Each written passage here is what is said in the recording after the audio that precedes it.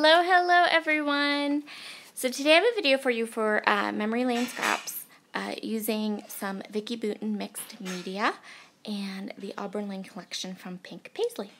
I'm going to start with just taking a palette knife and I'm going to take this iridescent glaze and I'm just going to smush it all over my page.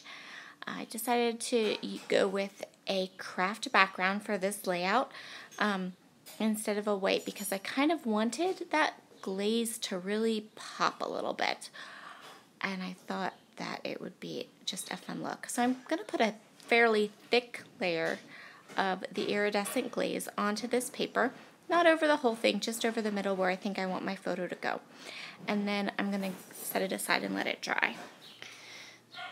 So while that's drying, I'm going to go ahead and I'm going to start with all the scraps from the 6x8 paper pad. So these are the things that I've already kind of cut into, the papers I already have. And I'm going to punch an enormous amount of hexagons. So I have a hexagon punch here. It's an older one. It's from Creative Memories. All my punches are from Creative Memories because those are the ones that I have and they haven't broken yet. Oh, and I'm going to get tea. I usually get tea when I scrapbook because I scrapbook in the evenings and I've worked really hard all day and my kids are like, Mom, want tea? So my oldest son or my husband will make me tea. I am doing 3 different types of hexagons. So I have a small one, a big one, and then like an outline one. And I'm just going to sit here and punch hexagons until the cows come home. So next I'm going to go ahead and kind of map my photo, pick the colors I want to use on my photo and how I'm going to use it. And these are my photos. They're 2 of pretty much the same photos of my youngest son when we went to the greenhouse this year. We go to our local flower shop greenhouse. We go to the same one every year and I always take photos. I try to take photos of both of my children, but since my oldest is now 18, he's not real big on flowers. He was kind of just waiting in the car, like, are you done yet? But I had my youngest with me, and he loves the flowers, and he loves the flower shop, and I have lots and lots of photos of him picking out the flowers that he planted for the year and different things. So I love this photo of him in front of this deep red, I think it's like a Japanese maple bush or tree. And I thought that the colors in the photo went fabulously with this collection because, well, this photo was taken in May. The colors in the photo are very reminiscent of more of a fall color.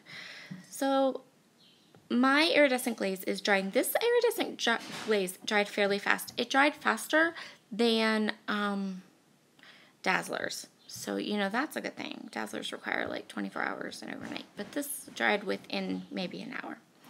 So all I'm doing here is I'm lining up, I cut this frame in half and I'm kind of lining it up so it comes across both pages. And I'm just going to go ahead and choose some different elements and embellishments to kind of add to my photo before I put it onto my layout, so my layout has time to dry and cure. So what I'm going to do now is I want to layer these hexagons. So I don't want them to be, I don't want them kind of like to fit into each other. I know I did a layout recently where I kind of like puzzle pieced them together. This is going to be less of that and more just layering all these different patterns and colors together. So I'm going to kind of decide how I want them to go.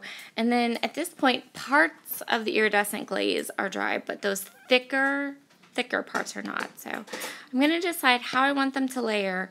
And then I think I went and ate dinner. Yeah, I definitely went and ate dinner. And then I came back, and by that time it was done. And I could just go ahead and glue them all down. But this will give you an idea of where my thought process was that I just wanted them to be layered on top of each other. And I kind of did this trial run to make sure I didn't need to have any more hexagons. Like I had enough cut, and I decided I did.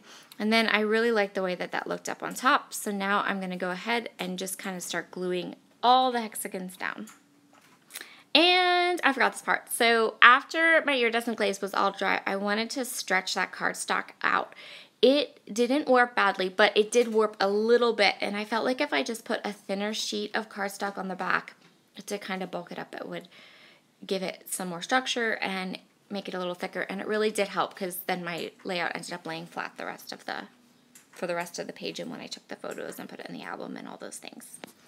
And that is the beauty of being an 8.5 by 11 scrapbooker, because you can go to Walmart and you can buy a whole ream of cardstock that's thick enough but not super thick, and then you can use that to back your mixed media layouts with to give them some more structure without it being a huge cost.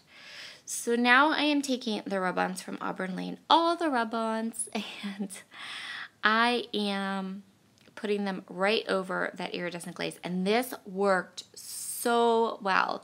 So I knew where my photo was going to be. I knew where I wanted to put my photo. I knew I was going to have the hexagons at the top and the bottom. Excuse me, I'm still coughing. And I am just going to add rub-ons to different spots all around this layout. And they stuck so well. If you remember from my last video, I was talking about how sticky these rub-ons were. They just stuck. So I could seriously, you can see here, put the rub-on down, use my finger to just get it down, and then I could create these gorgeous, fun little elements on top of the iridescent glaze. And the rub-on stuck to the iridescent glaze really, really, really well. And so now I'm just checking my photo placement here and, you know, making sure that the rub-ons fit and do what I want them to do. And I'm going to use some Vintage Photo Distress ink on some of the elements in this page. I didn't use them on every element because I wanted a nice mix of like some white and some other craft color. I wanted to give it some difference. I wanted some white and some not, and some the craft. So, and I'm going to use my Scotch Quick Dry adhesive to glue anything that I put on top of the mixed media. I use the Scotch Quick Dry because it's really the only thing that'll stick. Now we're going to have fun with the art crayons. So look how cool this is, guys. All I did was I wanted the iridescent glaze to kind of blend into the craft cardstock. I wanted those edges to be more blended out. So what I'm going to do is I'm going to take 2 of these art crayons, and I'm just going to put them direct to paper, and then I'm going to smudge them really good with my finger. And it blends it together so that those edges between where the iridescent glaze ends and that craft cardstock begins really kind of blends seamlessly one into the next. And I think that this turned out so fabulously. And that red was a little dark, so then I just added that flesh color right on top, and it worked perfectly. I think this is a really cool look, and so easy. I mean, you guys, this is the easiest thing to do. I mean, it doesn't require any tools, no special stuff, just art crayons and fingers, and you're good. So now I've gone ahead and I have layered up all of those hexagons, and you can see how I did it. I wanted a couple to overlap the page. I wanted there to be a diagonal design. Some of them, if they were very white, got some Distress Vintage Photo ink. Some of them didn't. Some of them got pop dots, and I popped up a few for more dimension and more texture and more fun. And some of them I didn't. And yeah, can I just say, seriously, this collection, this Auburn Lane collection, I think it's one of those collections that I could have like 3, 4, 5 times and have so much fun with. It is so pretty, and those colors and that vintagey feel, it's so me. This collection is so me, and I absolutely love it. So you'll probably be seeing tons and tons and tons of Auburn Lane layouts from me over the rest of the year because I cannot get enough of this collection. I love it. It could quite possibly be my favorite collection of the year.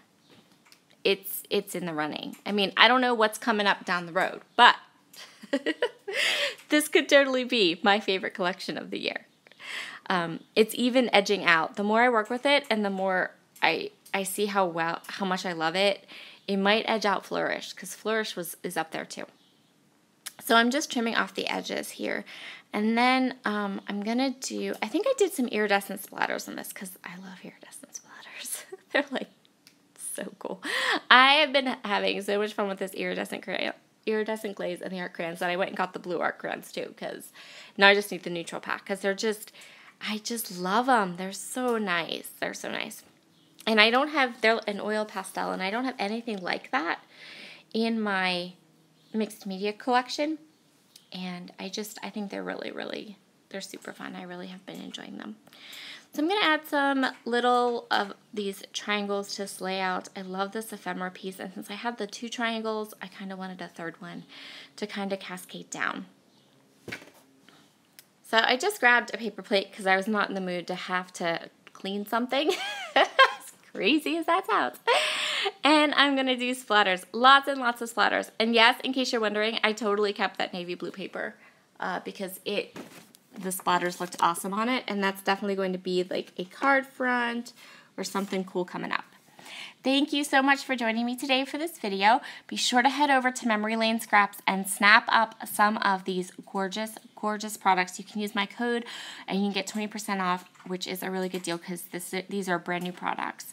And I don't think they're on sale a lot of places yet, so you can get it for a good price too. Have a fabulous day, and I'll talk to you all again soon. Bye!